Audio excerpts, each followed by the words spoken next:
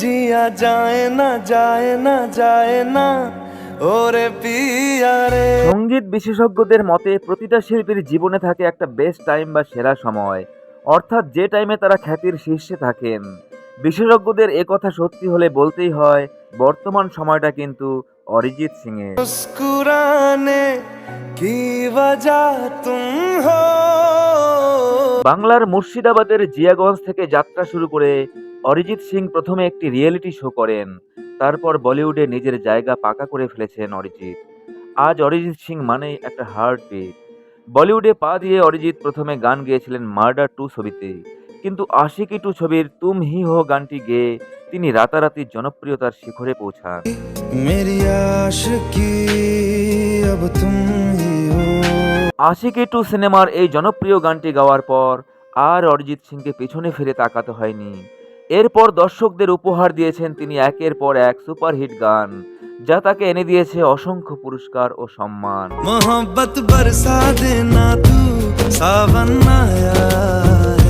বলিউডে কুমার শানুর পর অরিজিৎ সিংই একমাত্র সঙ্গীত শিল্পী যিনি বেস্ট মেল প্লেব্যাক সিঙ্গার হিসাবে পরপর 5বার ফিল্মফেয়ার অ্যাওয়ার্ড পেয়েছেন।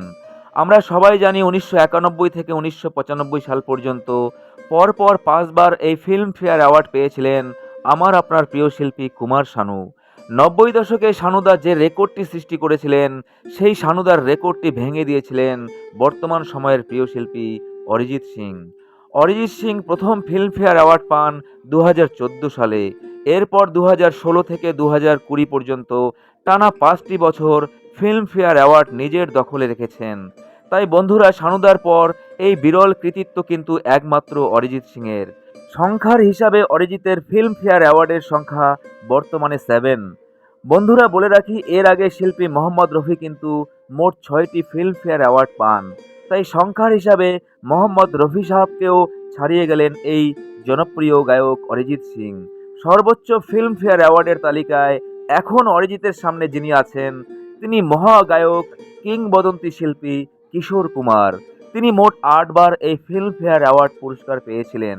কিন্তু বন্ধুরা, বলে রাখি, এটা সত্য যে ভবিষ্যতে ফিল্মফেয়ার অ্যাওয়ার্ডের সংখ্যার বিচারে কিশোর কুমারকেও যে ছাপিয়ে যাবে না অরিজিৎ, সেটা বলাই যায়।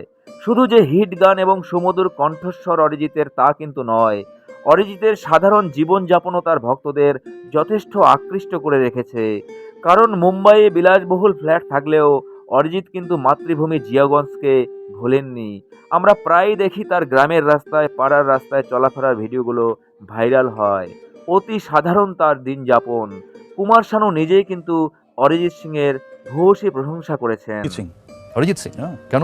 অবভিয়াসলি, কেননা যে কজন নতুন সিঙ্গার আছে না, তার মধ্যে আমার ওকেই সব থেকে বেশি ভালো লাগে। তাই বর্তমান সময়ের নতুন প্রজন্মের এই শিল্পীদের মধ্যে প্রথম পছন্দের শিল্পী কিন্তু শানুদার অরিজিৎ সিং। মানে ওর মধ্যে সেই পোটেন্সিয়ালিটি আছে যে ও সব রকম গান গাইতে পারে যদি ওকে গাওয়ানো হয়। তো বন্ধুরা, শানুদার মতন অরিজিৎ সিংও কিন্তু বাংলার মাথা উঁচু করেছেন। এই জনপ্রিয় গায়ক অরিজিৎ সিং এর কোন গানটি আপনার সবচেয়ে পছন্দের অবশ্যই জানাবেন কমেন্টে। দেখা হচ্ছে নেক্সট ভিডিওতে। সবাই ভালো থাকুন। নমস্কার। जिया जाए ना जाए ना जाए ना ওরে পিয়া রে।